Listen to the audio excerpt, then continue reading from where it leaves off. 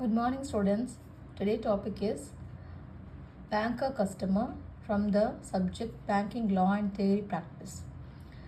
The relationship between the banker and the customer. We say that the banker and the customer meets each other for several transactions or for several purposes. From that, we have taken the general relationship. What is the relationship between them? First one is debtor and the creditor. Who is a debtor and who is a creditor? Or most probably we say debtor is a person who needs to pay and creditor who needs to get the money. For instance, in the banking case, when we take the money out of our account, then we are the debtor and they are to be the creditor. And this case may be vice versa. And second one, trustee and the beneficiary. For example, bank hold the document for its customer and bank as a trustee to its customer. So the trustee is a banker and the beneficiary is the customer.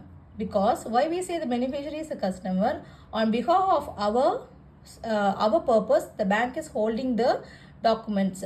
So the bank is a trustee and customer is the beneficiary who gets benefit out of it, their service. And third one is principal and agent. Under section 18(2) Contract Act, agent and principal, they are saying, who is the agent? Bank is an agent. Why we say the bank is an agent? If we are doing any policies or shares or we are transaction is done by the customer, the bank act as an agent. They helps the customer to do the process for whatever the customer is asking for them. So bank is acting as an agent on behalf of its customer. So customer is principal and bank is the agent. Agent, a person who employed by a person, gives power of attorney. On behalf of the customer, the bank is doing the work. And the next one is lessor and lessee. Lessee, the transfer of rights to enjoy the immovable property for certain time with consideration. That is, if you are lending some house for some amount, we are lending some house to some person for some period of time. That on that time, the person is enjoying the right to use. In that case, we are getting loan from the bank on pledging our house property. So we are even though we are in the house and we are paying the loan for it, until the loan gets over, the bank has the right to take over our asset. So there is a relationship as a lessor and lessee between the bank and the customer. And fifth one, pledger and pledgee. A loan for security is we pledge. We say that we pledge some. For example, if we are taking our jewel and we are pledging into the bank, so the customer is a pledger. We are giving the gold to the bank and we are getting the money. Instead of that, we are getting the money back for a certain period of time. After we repay our loan, the jewel will be returned back to us. So the customer is a pledger. We are the pledging our jewels and the bank is a pledgee. On behalf of that, the bank is giving the amount to us. And bailer and bailee. Bailment means bailment. A person delivers his goods to another party for a specific period of time and take the goods back when the purpose of bailment has been done. This is called bailment. In that case, customer is a bailer and banker is bailee. And seventh one, advisor and the client. For example, if we are approaching the bank for some purpose that we need a loan for to do a business, so the bank will be asking us what business you are going to do. If you are saying some business, for example, we are going to do an agriculture, they will suggest some of the proposal to us. You can do like that, you can do like this. So the bank is giving the advice to the client to help them out or to get the loan or to do the business in an effective way. So in this case, banker is the advisor and client is the customer. And eighth one, mortgagor and mortgagee. Under section 58(8), Transfer of Property Act 1882. Mortgage. Mortgage means transfer of interest in a specific immovable property for the purpose of securing the payment of the money advance by way of loan. So, in this case, the customer is a mortgagor and bank is the mortgagee. The ninth one, indemnity holder and indemnifier. Here, the indemnity holder and the indemnifier is being given the relationship between the bank and the customer. And last one is hypothecator and hypothecatee. The special relationship between the banker and the customer is given below.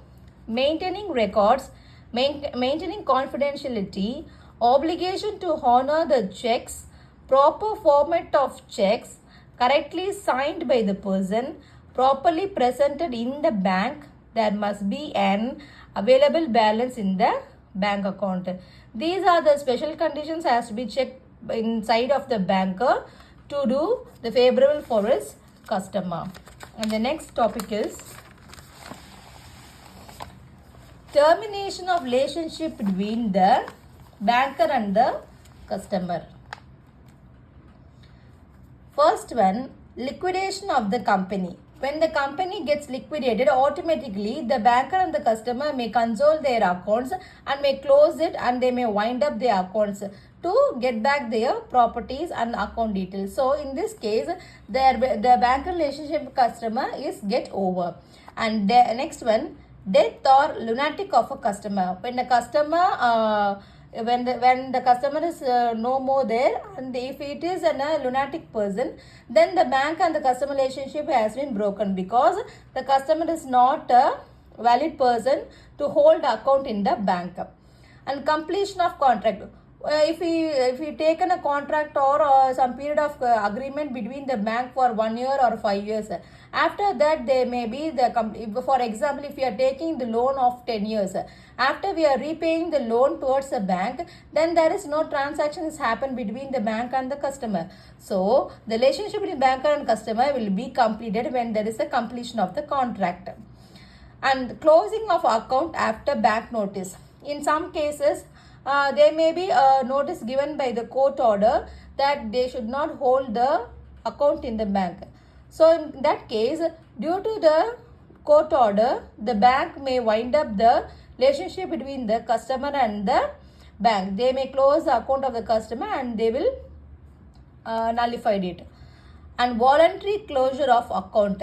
Some persons may have lot of accounts in the different types of banks, so they wish to close the account in some banks.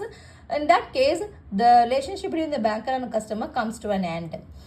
And involuntary closure of account. In some cases, they may be forced to close. They won't like to close the account, but due to some facts, they may use to close the account. In case, for example, the bank notice, when the court is giving the notice to close the account, they have to do. So there is an involuntary closure of account. Termination by the bank due to risk assessment. Due to some risk, the bank may thought that these type of customers are not capable of having an account in their bank. So in that case, they may be terminated to close the account. Non-compliance with KYC and AML regulation. KYC means know your customer. And that case, if you are not doing the regulation, we are not filling the bank details, in that case, the bank may be close your account too. Bankruptcy or insolvency of the customer. When the customer is not capable of to pay their debts, they are coming insolvent, they are not capable of doing anything out of their business, they are not capable of paying their debts. In that case, the bank and the customer relationship comes to an end. And last one, merger or acquisition of the bank. When there is now we see now sometimes we can hear in news, these two banks are going to club each other, these companies are going to merge each other. In that case, the banker and customer may lose their hope and they may wind up their accounts from their bank. This is the topic I have taken today, the relationship between the banker and the customer. So I hope you may all understand. Thank you so much.